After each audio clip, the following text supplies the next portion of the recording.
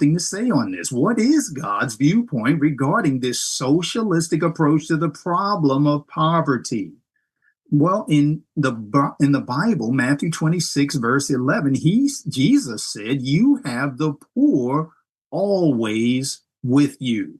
And here in the Pen of Inspiration, Volume 4, 551, it was not the purpose of God that poverty should ever leave the world. Interesting. The ranks of society were never to be equalized. For the diversity of condition which characterizes our race is one of the means by which God has designed to prove and develop character. Oh, look at Many that. have heard with great enthusiasm that all men should have an equal share in the temporal blessings of God, but this was not the purpose of the Creator. Christ has said that we shall have the poor always with us. It would be, notice this, the greatest misfortune that has ever befallen mankind, if all were to be placed upon an equality in worldly possessions. Uh-oh. DEI. Oh. Diversity, equity, and inclusion just got kicked to the curb by that statement. And also, socialism just got smacked in the face. Fascism just got smacked in the face. Communism just got kicked.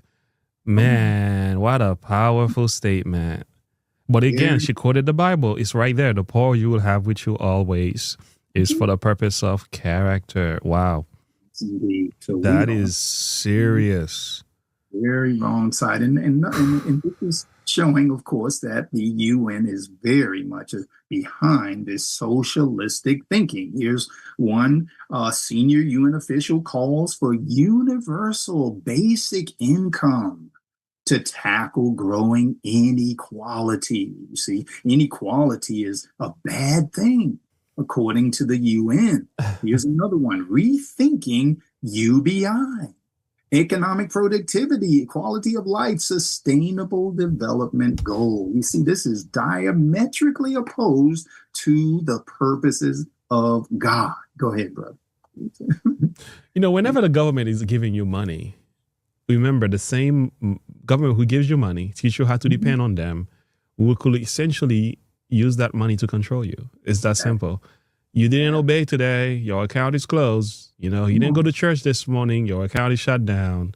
Or you drove too far, you went outside of the city limits, you burned too much gas and the social credit score and everything like that.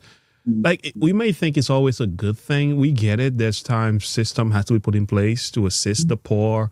But whenever that becomes an international kind of thing, like universal, the fact is it has to be universal. Why does it have to be universal? Why can't it be local? Why can't the state decide, each one of them, how they're going to take care of each, constituents of their states?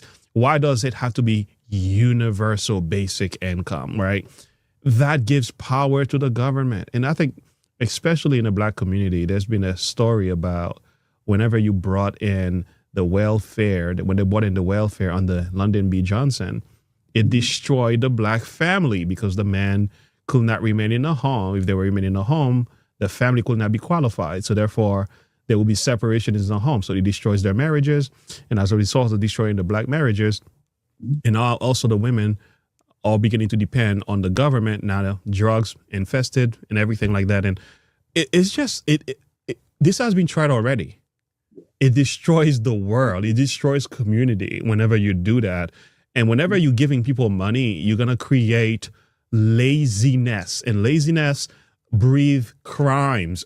Every community that is not working, if you go to your community, you see the men are just hanging around in the neighborhood, they tend to commit more crimes. That's just what the study shows. If the man is at work and the women are at home, as the order is, families prosper, everybody's happy. But if you're giving them money, what are they going to do with themselves? They're going to sit by doing nothing. And when doing nothing means grab a gun, rob each other, domestic violence will increase. And COVID taught us that. COVID taught us when you kept families at home, domestic violence, mental health, youth are dying is not a good thing.